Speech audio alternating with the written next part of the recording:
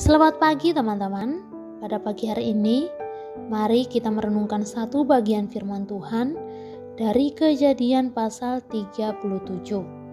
Nah teman-teman, setelah sekian lama Yakub tinggal di negeri orang, kini Yakub telah kembali. Ia juga telah bertemu dengan Esau kakaknya. Esau kini tidak lagi dendam terhadap Yakub. Ia menyambut kepulangan adiknya yaitu Yakub dengan baik. Nah, di bagian ini diceritakan bahwa Yakub dan keluarganya kini telah menetap di Kanaan. Nah, dari semua anak-anak Yakub, ada seorang anak yang paling disayang, yang lebih disayang oleh Yakub, yaitu Yusuf. Dan itu bisa dilihat dari Yakub yang memberi jubah yang indah kepada Yusuf. Melihat itu, saudara-saudaranya Yusuf menjadi iri hati dan menjadi benci kepada Yusuf. Mereka juga tidak suka, benci kepada Yusuf karena mimpinya. Jadi pada suatu hari Yusuf ini bermimpi kalau berkas-berkas gandum saudara-saudaranya mengelilinginya dan sujud menyembah kepada berkasnya Yusuf.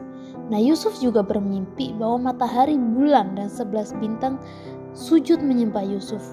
Karena mimpi Yusuf ini juga mereka semakin benci kepada Yusuf. Pada suatu hari, Yusuf disuruh oleh Yakub untuk pergi melihat keadaan saudara-saudaranya yang waktu itu sedang mengembalakan domba. Yusuf pun taat dan pergi melaksanakan perintah ayahnya. Ia pergi ke Dotan karena pada waktu itu saudara-saudaranya sedang mengembalakan kambing domba di sana. Ketika melihat Yusuf datang, mereka mulai merencanakan yang jahat terhadap Yusuf. Mereka mau membunuh Yusuf.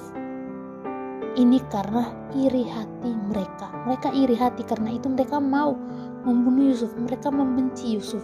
Nah, setelah mereka bersepakat, akhirnya Yusuf dilempar ke dalam sumur hidup-hidup. Mereka tidak membunuh Yusuf, tapi mereka buang ke dalam sumur.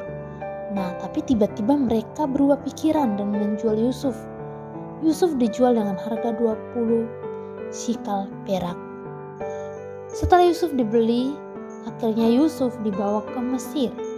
Nah, orang-orang yang membeli Yusuf ini ketika sampai di Mesir, mereka jual lagi ke Potifar, seorang pegawai istana Firaun, kepala pengawal raja. Nah teman-teman, akibat iri hati dari saudara-saudaranya Yusuf, membuat mereka berbuat jahat terhadap saudaranya sendiri. Teman-teman, sebagai anak Tuhan, apakah kita boleh iri hati? Nah, iri hati adalah perasaan tidak senang ketika kita melihat orang lain memiliki sesuatu yang lebih dari kita, atau memiliki sesuatu yang tidak kita miliki. Contohnya, kita iri hati, tidak senang ketika kita melihat teman kita memperoleh nilai yang tinggi dalam ujian di kelas. Ada perasaan tidak senang dan membuat kita jadi benci sama orang itu. Nah, padahal Allah memberi perintah kepada kita untuk saling mengasihi, bukan membenci. Jadi ketika ada perasaan iri hati, itu membuat seseorang bisa melakukan yang jahat terhadap orang lain, melanggar perintah Allah. Nah, sebagai anak Tuhan, jangan ada iri hati terhadap orang lain. Mari kita mau melakukan apa yang membuat Tuhan senang, yang menyenangkan hati Tuhan. Tuhan Yesus memberkati. Amin.